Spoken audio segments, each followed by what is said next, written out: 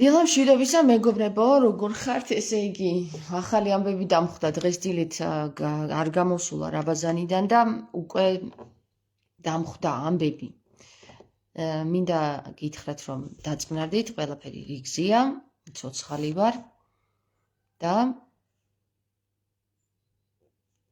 ყველას გაცნობებთ. ყველას. ესე იგი, ახალი ჭორები დამიგდეს და მინდა გითხრათ, რომ ეს ადამიანი თვითონ აი აქ ჩოხოსნებში რომ ხედავთ, ახალგაზრდა ჩოხოსანი რომ არის, ეს არის დიმიტრი ყობაიძე, რომელიც არის უნარშეზღუდული მეგობრებო და ეს უნარშეზღუდული ხალხი ჩაჭერილი ყავს როგორც საპატრიარქოს, ისე სხვადასხვა საზოგადოებებს, მაგალითად, ეხლა რასაც ხედავ, სავარაუდოდ ჩოხოსნების საზოგადოებას ეკუთვნის ეს ტიპი. ხო და ეს ტიპი ხან სიყვარულებს მიხსნის, ხან კიდე თავის Facebook-ზე ჭორებს მიგდებს, რომ ვითომ და თამარ ინასარიძე მოკვდაო რა და მინდა არ ვიცი ახლა ამას როგორ უნდა მივიღო ეს საკითხი. მე სერიოზულად ვერ ვიღებ და ვერც კრიტიკას ვერ გამოვთქვა, იმიტომ რომ უნარშეზღუდული ადამიანების გაკრიტიკება ეს ქრისტეს არსში არ ზის და ამას ჩვეულებრივად გავატარებ როგორც ერთ-ერთი მორიგი ადამიანის სისუსტეს, რომელიც ხან ძულულია, ხან ყვარული. გუშინ მაგალითად დიმიტრის ჩემს ლაივში ჩემი წიგნის ყიდვა უნდოდა და ვუთხარი რომ მომწერე მეთქი და გეტყვი ინფორმაციას თუ როგორ და სად გამოგიგზავნო თქვათ ეს წიგნი და დღეს უკვე ტიპმა არ ვიცი რა დაეტაკა, ხო, ნუ ეხლა რას მოკითხავ. კაცია, ადამიანი, ხო?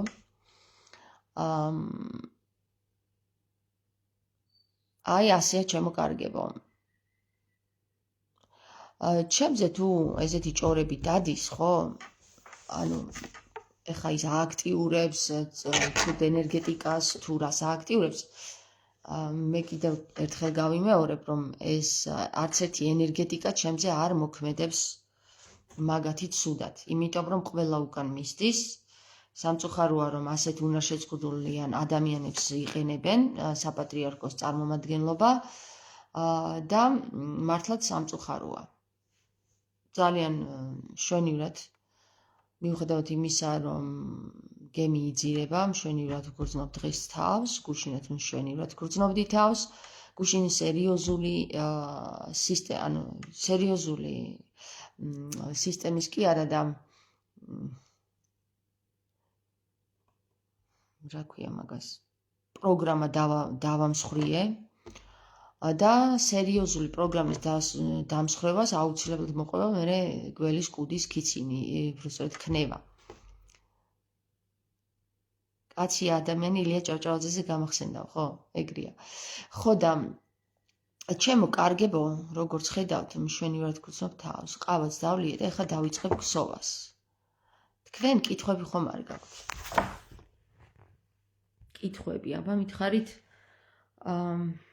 მაგალითად, გუშინ მქონდა 2 საათი და 30 წუთიანი ლაივი, რომელშიც სერიოზული საკითხები განვიხილე და ხო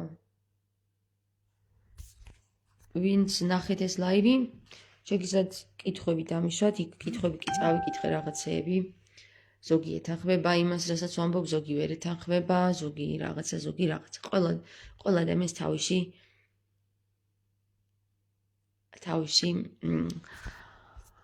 რა ქვია მაგას აზრი აქვს. გახსენი ცოტა ეს ხალათიო და გავხსენი.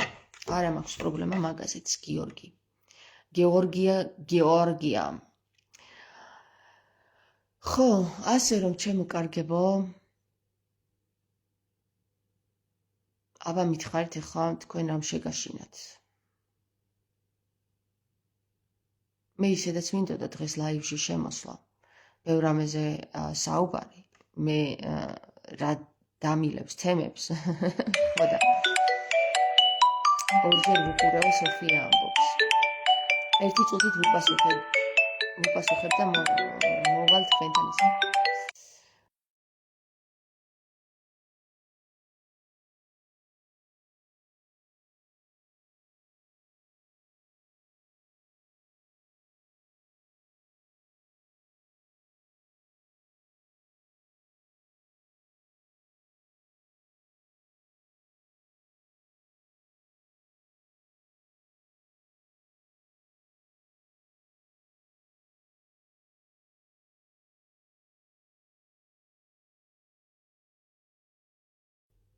აბა ისმის ჩემი ხმა?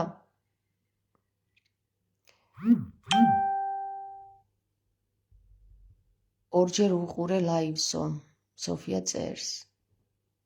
მე ერთხელ. ერთხელ ვილაპარაკე და ერთხელ ვუყურე. მაგალითად გუშინ ვიფიქრე ესეთ რამეზე რა, რომ ერთი კაცის რწმენა, ანუ ხო ამბობს ქრისტე, რომ ბოლო ჟამს რომ მოვალ ერთი კაციც თუ ვნახეო იმის გამო გადავარჩენ ამ დედამიწასო, ხო? სწორედ ამ ერთი კაცის რწმენაზეა დამოკიდებული ეს საკითხები, მეგობრებო, და ვფიქრობდი ახლა გუშინ რა, რომ შეიძლება კაცობრიობა მე ვერ გამიგოს, რას ვაკეთებ და რას ვლაპარაკობ, ეს ძალიან ადრეა ჯერ კაცობრიობისთვის, კიდევ 1000 წელი სჭირდება მაგათ იმ განზომილებიდან გამოსვლას და ჩემ განზომილებაში შემოსვლას. მე კი არ ვამბობ, რომ აი რა მაგარი ვარ. უბრალოდ მე გეუბნებით იმ ვითარებას, რომ თუ ვერ გაიგეთ ეს საკითხები არ მიკვირს და როცა გაიგებთ, ხო, მაშინ გამეხარდება. ხო და იცით რა არის შემოკარგებო? შემოკარგებო, რაღაც ახალი შემომივიდა. სიტყვის ბურღი. შემოკარგებო. კარგებო. ჩემო საყვარლებო, რა არის იცით? 1000 წელი დასჭირდება ახლა იმ ერაში, სადაც გადავდივართ, მერწყულის რწყვას. გამოვედით თევზების ერადან და გადავედით მერწყულის ერაში. და მერწყულის ერა არის, მეგობრებო, არა კაცი, არამედ ქალი რწყავს. კაცი არ რწყავს, ქალი რწყავს.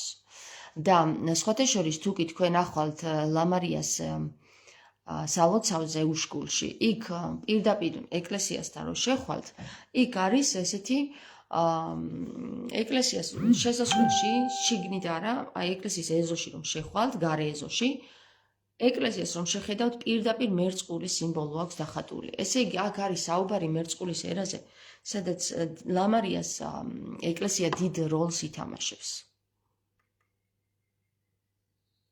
10 ჯერ უნდა ჩამოიბანო, რომ გონს მოვიდნენ, ალბათ 10 ჯერაც არ ეყოფა სოფ.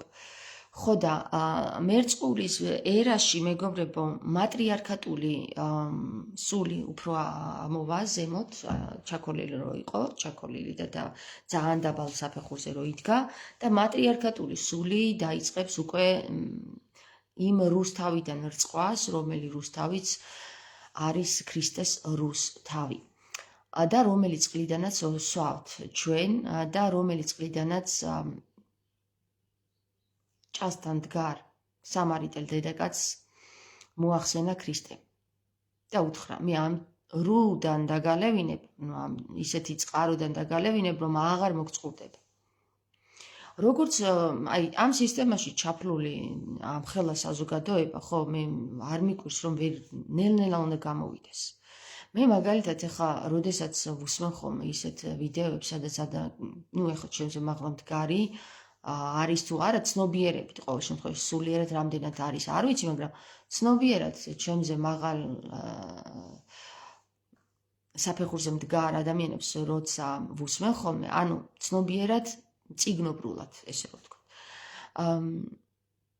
ყოველთვის მიჩნდება ეს კითხვა, რომ აი ყველა საუბრობს, ყველა არა, ძირითადად მასა საუბრობს ამ ადამიანის ნაწერებით, იმის სახელით, ხო? აი მაგალითად არის ესეთი ფილოსოფოსები, მეცნიერები, გენიოსები და ასე შემდეგ, მაგრამ არავინ არ საუბრობს საკუთარი დაკვირვებით და საკუთარი პიროვნული აღმოჩენებით. არავინ არ საუბრობს თავის სახელით. პირველ რიგში რატო არ საუბრობს? იმიტომ რომ შიშია, რომ აი იმის სახელით თუ ვისაუბრებ, ის განიკითხონ, კაცო, რაც მას მოხდება. ეხლა მე არა, მე უბრალოდ შუაში ვარ, ხო? მაგრამ მე თუ ჩემი სახელით ვისაუბრებ, მე მომხვდება ყველა ის ტალახი, ქვა, კვერცხი თუ რაც იქნება, მე მომხვდება და ამის მეშინია. ამიტომ კაცობრიობა თავისი საკუთარი აღმოჩენებიდან საუბარს გაურბის. და ვერ საუბრობს ძირითადად ხმამაღლა.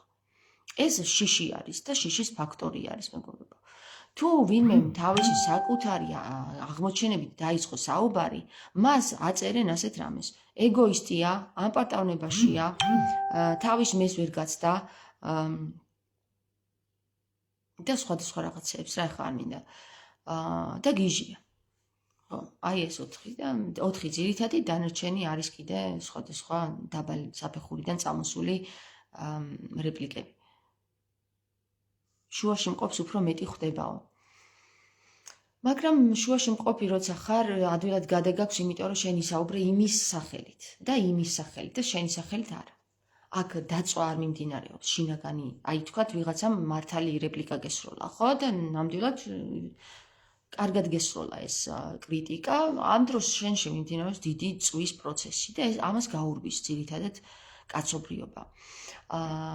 მე ეს გამოცილი მაქვს ძალიან დიდი ხნის სტაჟიორი ვარ ამ საკითხში რა, რო ვთქვათ, აი 9 წლიდან ამ საკითხს გავდივარ და ჩემი პირველი გამოცდილება იყო გერმანიაში. სადაც როდესაც ჩვენ ტოლვილად ვიყავით შაბარებული და ენა არ ვიცი, ენის ბარიერი მქონდა, რომ ენას ვერ ვფლობდი ისე, რომ ეხლა სკოლაში დავდივარ ისეთ სკოლაში, სადაც მე ვერ ვაგებინებ ვერავის და ვერც მესმის ნორმალურად რას ამბობენ. ამასობაში ეხლა ისეთ ასაკში ვიყავი, რომ აქ უკვე აგრესია არის ბავშვებში მომატებული, იქ თავის ოჯახისეული პრობლემები, აგრესია რაც აქვს ბავშვს დაგროვილი, სუსტზე გადააქვს, ხო? და ძირითადად ხდებოდი ყოველთვის ესეთ ვითარებაში, რომ ვერც ვამბობ ჩემს სათქმელს, თან ვერც ვიგებ რა უნდათ და თან მე მხვდება ყველა ქვა. საბოლოო ჯამში გამომიმუშავდა არაჩვეულებრივი მიმტევებლობის ნიჭი. ანუ ნახეთ, ეხლა ნახე, ყოველთვის მჯეროდა ამ პროცესში, როდესაც ქვას მესროდნენ და თან ჩემ თავს ვერ ვიცავ, არ შემიძლია უბრალოდ სიტყვას ვერ გამოვთქვავ მის ენაზე და მიხდება ამის უბრალოდ ატანა, იმიტომ ვერც გავიქცევი, ვერც შევეწინააღმდეგები, იმიტომ რომ ისინი ბევრი არიან, ვერც ვიტყვი ვერაფერს და აგერ ზრდასრული მასწავლებლები უყურებენ ამ საკითხს და ვერ მშველიან. გესმით? და ძალიან მაგარი რაღაც იხსნება ამ დროს, აი ამ მდგომარეობაში, როცა ზეციური ირთვება და გახსენდება, ახლა ქრისტეზე მე არ მქონდა გაგებული, ერთადერთი რამე მქონდა გაგებული, რომ არ იციან რასა იქმან. და აი ეს საიდან გავიგე, როგორ ვინ მითხრა რანაირად, იმიტომ იმ დროს როცა მე აქედან საქართველოდან გავედი 9 წლის ასაკში, აქ არც ეკლესია იყო, არც შემჩობრები იყვნენ, ახლა მაინც ისე ამ საკითხში გარკვეული და უბრალოდ ვიცოდი, რომ აი არ იციან რას იქმან. და ეს არ იციან რას იქმან, გადაიქცა ჩემ თავდაცვად. და ყოველთვის მჯეროდა, რომ ეს მდგომარეობა, ჩემი ესეთი უსუსური ვითარებაში მდგომარეობა, ყოველთვის იქნებოდა ის ფაქტორი, რომ ის გაიგებდა აუცილებლად, ადრე თუ გვიან რასა იქმს და შეინანებდა. და რაც არ უნდა საკვირველი იყოს, მართლაც ხდებოდა ესე. ანუ ყველა საკითხიდან, სადაც მე არასწორად მესროლეს ქვა, ან სიტყვა, შეიძლება გრძელდებოდა ეს რამდენიმე კვირა, თვე, ან წელი, ხო? მაგრამ ყოველთვის ბოლოს მაინც ისე ხდებოდა, რომ ის ადამიანი ჩემს წინაშე აუცილებლად მუხს იდრეკდა და პატიებას მთხოვდა. და არა იმიტომ, რომ მე მას ან თითი დაუქნიე, ან მორალურად არ უხსენი საკითხი, რომ აი შენ არასწორი ხარ, იმიტომ რომ აი ესა და ის შინაგანად მე ეს რწმენა მქონდა, რომ ის აუცილებლად შეინანებდა და მართლაც ხდებოდა ესე. ამიტომ მე ამან რწმენა იმ საკითხში დამიბრუნა, რომ მართალია შეიძლება მოხდე ისეთ გაურკვეველ ვითარებაში, რომ ქვაც გესროლონ, ცილი დაგწამონ, გაფურთხონ, გირტყან, გესმის, მაგრამ ყოველთვის მთავრდება ეს იმით, რომ აღიარებას მაინც მოიპოვებ. აი, მართლა გეუბნებით რა. და ეს რწმენა არის ზუსტად ის საკითხი, ეხლა დავდივარ და ელექტროენერგიას ვეძებ რა. ეს ტელეფონი რა უცბად მიჯდება ხოლმე, არც ერთი ტელეფონი არ მიცემს. ეს რწმენა არის ცხოვრებისეული გამოცდილების, აი ამას ვერავინ და ვერცად ვერაფერს ვერ გასწავლიან, თუ შენ არ გამოსცადე, რას ამბობს ქრისტე იმ სიტყვებით, როცა ამბობს მიუტევე უფალო რამე თუ არ იციან რასა იქმან. არ იციან, აი როგორ უნდა მოკითხო იმ ადამიანს, რომელმაც არ იცის რას იქმს, ხო? აი, რომელმაც იცის რას ბოდიში. რომელმაც იცის რას აიქმს და მაინც აკეთებს, ეს უკვე სხვა ფაქტორია. და ეს უკვე ჩემი შემდეგი გამოცდის ერთ-ერთი ეტაპია, სადაც მე უკვე ეხლა გავდივარ მაგ პროცესს, რომ იციან რას აიქმან, უბრალოდ იციან და მაინც გესვრიან.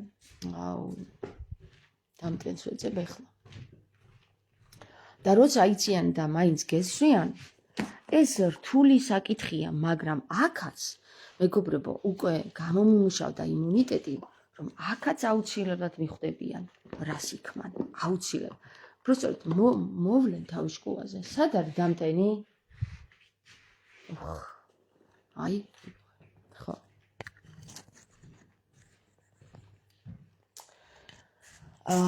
ასე რომ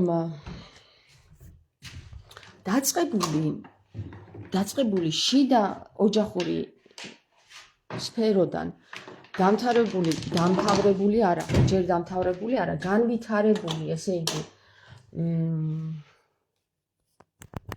გარე სოციუმში გაგრძელებული და ახლა უკვე მაღალ, ესე იგი ერის მამად წოდებულ პირებთან მისული ერთი და იგივე სისტემას გავდივარ, ერთი და იგივე ის მიხდება, რომ ადამიანს გავაგებინო რას, ანუ განა ადვილად გამაგებინო, ადვილად ვერ იგებს ადამიანის ხვის შინაგან მდგომარეობას. აუცილებლად ამას სჭირდება მოთმინება და ეხლა როგორც ჩანს ხმის აწევა და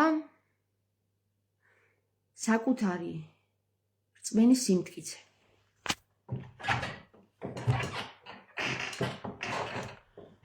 ხო, ეს არის ის რაც უნდა იცოდეთ. თქვენ რას ფიქრობთ?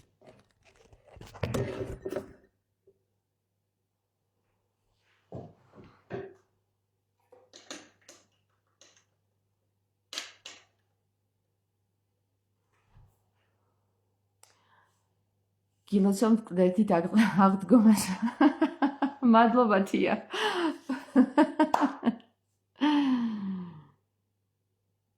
გიურზა უნდა დამეწერა. ეთყობა შემეშალა.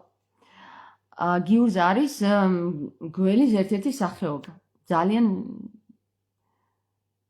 შხამიანი გველის. და ბრწყინავ ნათელის სულით დაიწყო შენი აღდგომა. ამინ. ამინ, ამინ. ხო და ესია რა ჩემო კარგებო, რა არ მომწონს ესეჯერ. ანუ საქმე იმაშია, რომ გამოცდების, ჩაბარების პროცესი დაბადებიდან, როგორც კი თავს გამოყოფ დედის საშოდან, იქიდან იწყება. ეს უნდა გაიაზროს ადამიანმა. სხვა შემთხვევაში ადამიანი, ნახე თუ ამას არ გაიაზრებს, ექცევა დეპრესიაში, ანუ სუწუწუნში, რომ არატო ხდება ესე და ისე და ესე და მე ხანდახან ესეთი მომენტებიც არის, რომ აი ეს გამოცდები ჯანდაბა რა საჭირო. მე აი საბოლოო ჯამში მივხვდით, რომ სატანჯუელია და ჩამოვდივართ ამ სატანჯუელში ამა თუ იმ ხიბლით, ანუ ხიბლით რა, ნახე, ცდუნებით, რომ აი თამარ ეხლა შენ ჩახვალი და იხსნი ხალხს და მერე მაგარი იქნები. და ეს ან მეორე მხარე ის არის, რომ შენ გიძახიან, ანუ ეხლა თამარზე რამდენი ლოცულობს, ხო? რამდენიც გინდა იმდენი ადამიანი საქართველოს, აი თამარ გვიშველე და ჩამოდიხარ იმიტომ, რომ ისინი გეძახიან და სხვათა შორის დღეს ამომიგდო ეგ ვიდეო. ანგელოზი, რომელიც ზეციური იერარქიაში არ იყო ანუ საერთოდ ცნობილი და გაიგო მისი მეგობრის ხმა, დედამიწიდან, რომ ეძახდა, რომ მიშველეო და განაცხადა, რომ მე რა სინათლის მატარებელი ვარ, თუ ჩემი მეგობრის ხმა გავიგე და ეს დავაიგნორეო რა და არ წავედი მის საშველათო და გამიშვიდო ამ ჯოჯოხეთშიო და ჩამოდის ამ ჯოჯოხეთში იმისათვის, რომ მეგობარი გადაარჩინოს, ანუ ვერ დააიგნორებს მის ხმას. და საბოლოო ჯამში იმარჯვებს, იმიტომ რომ სიყვარული არის ამ საკითხში, ერთგულება სიყვარული და ის რომ სხვისთვის თავგანწირვა იმარჯვებს ეს ანგელოზი. ხო, ამ მიზნით თუ ჩამოსულია სული დედამიწაზე, მაშინ იმარჯვებს და თუ იმ მიზნით არის ჩამოსული, რომ აი როგორც ახლა პირველი, აი თამარ შენ ხარის ვინც უნდა იხსნა და ეს და რაღაც ჯანდება, ის იქ დაივიწყეთ, იქ წაგებულია ომი, როგორც იქ, ჯერ სტუნებაში შეხვედი და მერე ტანჯვაში ჩამოხვედი და მერე წააგე კიდეც. აი ეს არის ეს გამოცდები და რაც ზეციურ სამყაროში ხდება გამოცდები, ისე აქ ხდება ჩვენს შუასკნელშიც ეს გამოცდები და უნდა დავაკვირდეთ ხოლმე რა, ანუ რა არის მოტივი იმისა, თუ ამა თუ იმ საკითხს რატო ვაკეთებთ. მე მქონდა ახლა ესეთი გამოცდილება ბოლოს რა, რომ ნახეთ, ჩემმა შინაგანმა ისეთი საუბარი გამართა ამა თუ იმ პირთან, რომ აფიქრებინა ამ ადამიანს, რომ მე ოღონდაც გაიხსნას ეს აკლდამა და ყველაფერზე წამსვლელი ვარ, გესმით? და ამას მოყვა მერე შემდეგი გამოცდა იმ ადამიანების ნიღმების ჩამოხსნა, რასაც ქვია, აი ამ ადამიანს სჭირდება და ჩვენ ახლა დავაჭერთ სუსტ წერტილზე, გესმით? აი ძალიან საინტერესო რაღაც გამოცდა გავიარე ახლა ამ ბოლო დროს და სადაც ნაცვლად ჩანდა, რომ კაცობრიობა ძალიან სიბნელეშია. აი უბსკრულში კი არა და უბსკრული კი არა და რა შუაში უბსკრული. საკუთარ ამპარტავნების უმაღლეს დონეში. ნარციზიზმშია რა და ნარციზიზმი ცუდი არ არის. თუ შენ ბოროტულად არ იყნებ ამას. ზოგიერთ საკითხში ნარციზიზმი აუცილებელიც არის, რომ მიმართო ამ გზას. ადამიანები, რომლებიც ესე ხშირად აი დაბადებიდან იმ წნეხს გადიან, რომ მას არ ათქმევინეს, ის არ იღებს ხმას, ის ყოველთვის ბოლო დგას, ის და ესე იკავებს და საბოლოო ჯამში ხოლმე ამოხეთქოს. მაგრამ ამ ამოხეთქვას სჭირდება რაღაცა მექანიზმი, რომელიც უნდა შეისწავლო ჯერ რა მიზნი და როგორ ამოხეთქო. ამასაც თავისთავად განდობენ ზეციური ძალები, მაგრამ ამას სჭირდება რა იცით, სიყვარულით გაკეთება. ანუ ნახე ბოროტულად კი არა, რომ შენ შური ჩაიდე გულში და ეხლა ნახე რას უზავ ამათ, არამედ სიყვარული გაქვს და აი ეუბნები, რომ მე შენ მაინც დაგანახებ, მე რას ვფიქრობ, გესმის? მე ჩემ თავს მაინც დაგანახებ შენ. იმიტომ რომ კი არა რომ ეხლა მოგიჯოკრო, მე შენზე მაღლა დავდგე, მე შეგაფურთხო, მე ჩაგქოლო და მე ვთქვა, ეხლა ხო. არა, იმიტომ რომ მე მინდა რომ შენ მიყვარ ხარ და მინდა რომ დაგანახო ჩემი თავი. იმედენად შენ თავში ხარ ჩაკეტილი და საზოგადოების ჭირი ეს არის, რომ თავის თავშია მარტო, თავის თავში ტრიალებს, იმას ვერ გაცდა, რომ სანამ მეორემ არ იყვირა, მანამდე ვერ გაიგო მისი. აი აგერ გუშინ ძალიან ნათელი მაგალითი დაგანახეთ, ხო? და ეხლა მე რაც არ უნდა ვუმტკიცო ჩემს მეუღლეს, რომ იცი რა ჩვენ ვართ სრულიად სიბნელეში, სრულიად მოტყუებული, გაცრუებული, აი ის შენი დროებითი დროის გაყვანა, რომ ვითომ კარგად გრძნობ თავს და ასე და ის არის მხოლოდ ტყუილი. რაც არ უნდა მე ეს ვუხსნა, ვერ გაიგებს, სანამ არ ვიყვირებ, ხმას არ ავუწევ. გესმით? ოღონდ ხმას არ ავუწევ, იმიტომ კი არა, რომ მას თავში ჩავარტყა და საზიზღრულად, არამედ იმიტომ დაგანახო მე რას ვფიქრობ რა. დაინახე ჩემიც. შენ, ანუ ადამიანს გონია, რომ სხვას იცის კაცო ის რას ფიქრობს, იცის ყველაფერი, იცის ის ეხლა რა სიტყვას წარმოთქვა, უკვე იცის როგორ დაამთავრებს. გონია. მაგრამ რეალურად, როდესაც ის გამოთქვას მართლა თავის სათქმეს და მეორე ადამიანი მოусმეს, მას რეალურად მოусმეს, ანუ სიღრმისეულად მოусმეს, ღია ყურით მოусმეს და ღია გულით. მიხვდება, რომ ის აბსოლუტურად სხვაგან იყო.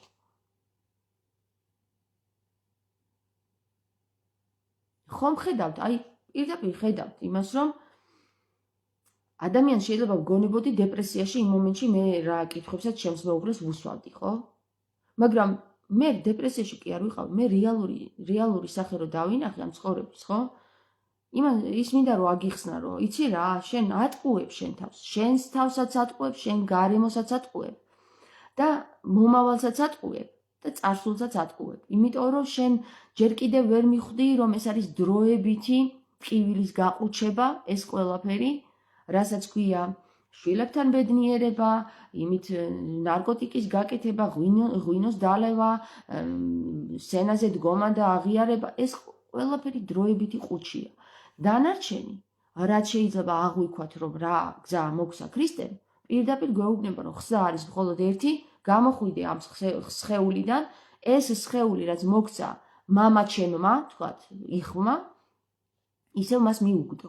იმიტომ დაჯდა ქრისტე მამის მარჯვნივ და არა მამის მარცხნივ.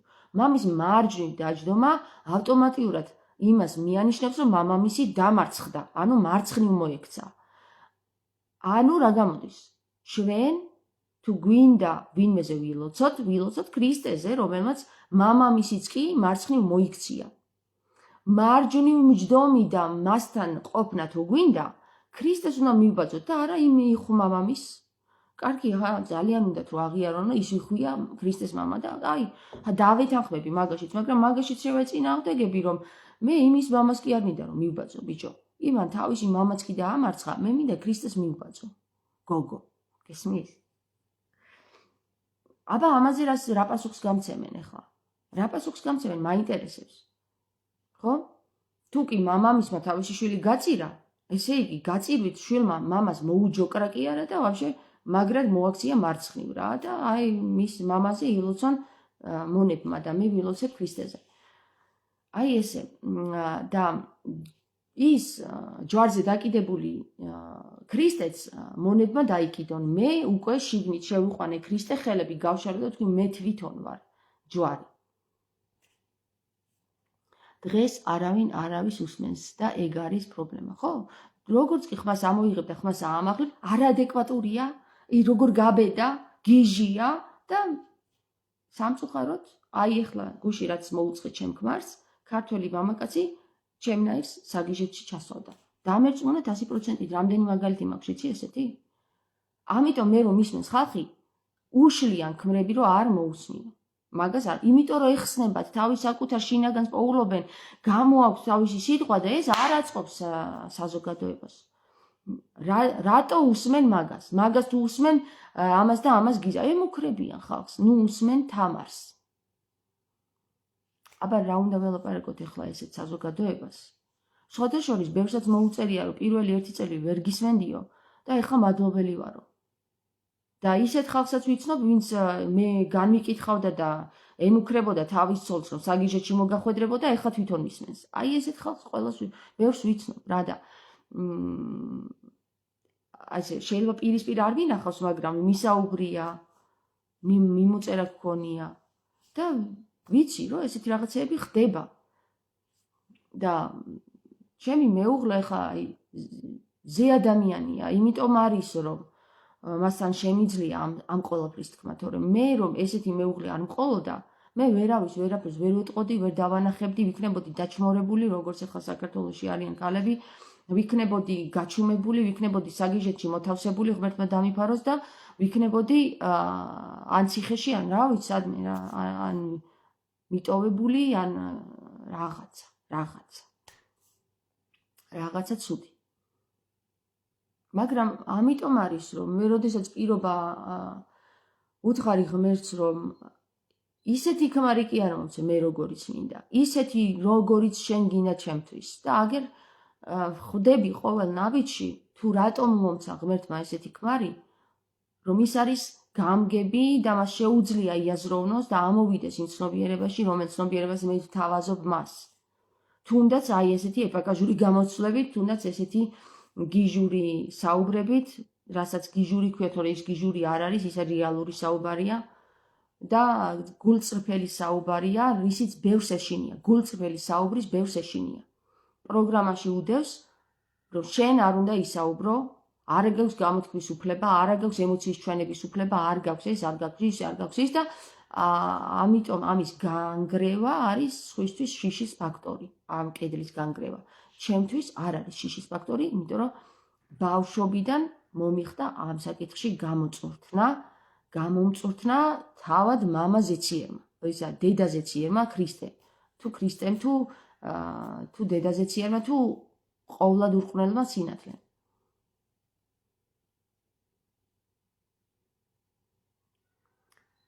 გავიცეთ, თამარ ესე იძახის ისრაელში მაცხოვრებლები, რომ ეგ ტყუილიაო 7 წლიან ციხეზე და ასევე ცეცხლზეცო ტყუილიაო, ტყუილებზე წერენო არაფერი არ ხდებაო.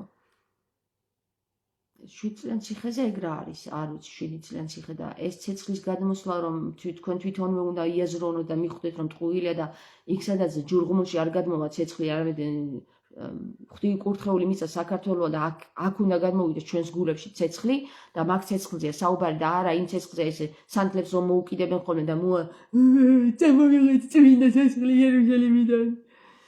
დებილები და ცრუ და მატყუარა, გამიზნულად მატყუარა ხალხი, რომ მოაქვს და მე ის ხალხიც რომ ცეცხლს უკიდებს და არ წვავს, მე რა არ წვავს, რა არის მაგაში გასაკვირი, რომ არ წვავს. და იმ ცეცხლზე, რომელიც გულებში უნდა გადმოგვივიდეს, იმას ვაფშე დაიკიდეს და არც იციან, რომ ეს გულებში ცეცხლის გადმოსვლა არსებობს და არა სადღაცა შენობაში, რომელიღაცა ნიშაში, ვიღაცა რომ რაღაცა ცეცხლს მოუკიდებს. ხო, ეს იყო და ეს. მოდი დღეს დავასრულოთ, ახლა ბევრს არ გავაგრძელებ. იფიქრეთ ამაზე. კარგით? აბა გაგოცეთ. თუ გინდათ გადააზიარეთ, ჩემგან ნებართვის აღება არ გჭირდებათ. ჩემი ვიდეოები შეგიძლიათ გადააზიაროთ, თუნდაც პირადში, თუნდაც ისე, თუნდაც თქვენს Facebook-ზე.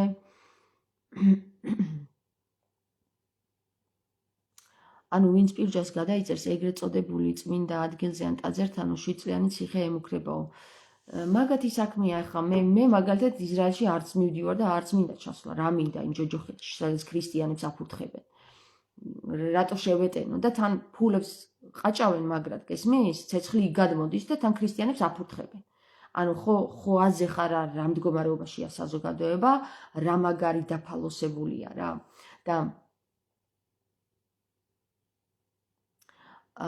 გინდა 7 წლიანი მისცენ, გინდა 8 წლიანი, გინდა 20 წლიანი. ღირსია ეგეთი ქრისტიანი, რომელიც იმ ადგილზე წავა, სადაც მოტყუებით ცეცხლს ანთებენ და იქ ცეცხლს იქ უყურებენ და არა თავის გულებში, ბიჭო. თავის გულებში არ უყურებენ. ეგეთი ადამიანი 7 წლიან პატიმრობას იმსახურებს. მე როგორც კი შენი ვიდეო ვნახე, იმ დღიდან გისმენ ჩემს შინაგან საუბრობ. ხო? სოფო, მადლობა რომ წერ ამას და კი. ბევრია ესეთი, ვისაც იმედი მიეცა ჩემი საუბრების მოსმენის მერე თავის შინაგანი გაახსენდა და ეს არის ქრისტე. შინაგანი რო გაგახსენდება და არა ის რომ დაზუთხულ რაღაც ლოცვებს გაკითხებინებენ ვიღაც მაკარდი დიდის და პეტრე პავლეს ყლინჯობებს. პირდაპირ ვიტყვი რა, მაგათაც ვამხელმე. მაგ ქრისტიანებად ვერ ვაღიარებ მე მაგათ, ვინც ქრისტე დატოვეს ჯვარზე და გაიქცნენ და უარყვეს. ვერ ვაღიარებ მე მაგათ ქრისტიანად. რაც არ უნდა მე რაღაცა გაეკეთებინათ, თავები მოიკვეთეს, თავები იმიტომ მოიკვეთეს, რომ თავები მოეჭრათ ქრისტეს წინაშე და უნდა მოკვეთოდათ მაგათ თავები. ხო.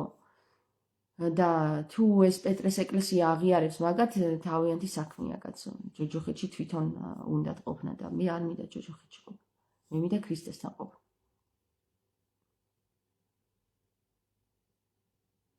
გეთანხმები 7 წელი ცოტაა სამუდამო უნდა მიესაჯოს ყველა ეგეთ სასწავს. ხო, უნდა მიესაჯოს, იმიტომ რომ რა სად მიდიხარ? რა გინდა ჯერ ისრაელში? ხო ხედავ არ უნდიხარ იმ ხალხს შენი ქრისტეთი. აქ მოდის გეტენება, შენ რას ეტენები, ხო? კაი, ის მიიღეს სტუმარი ღვთისაო, თქვა და იქ რას ეტენები, რას მიდიხარ, სად მიდიხარ? ღირსი ხარ დაისაჯო 7 წლიანიცაც და მეტიც.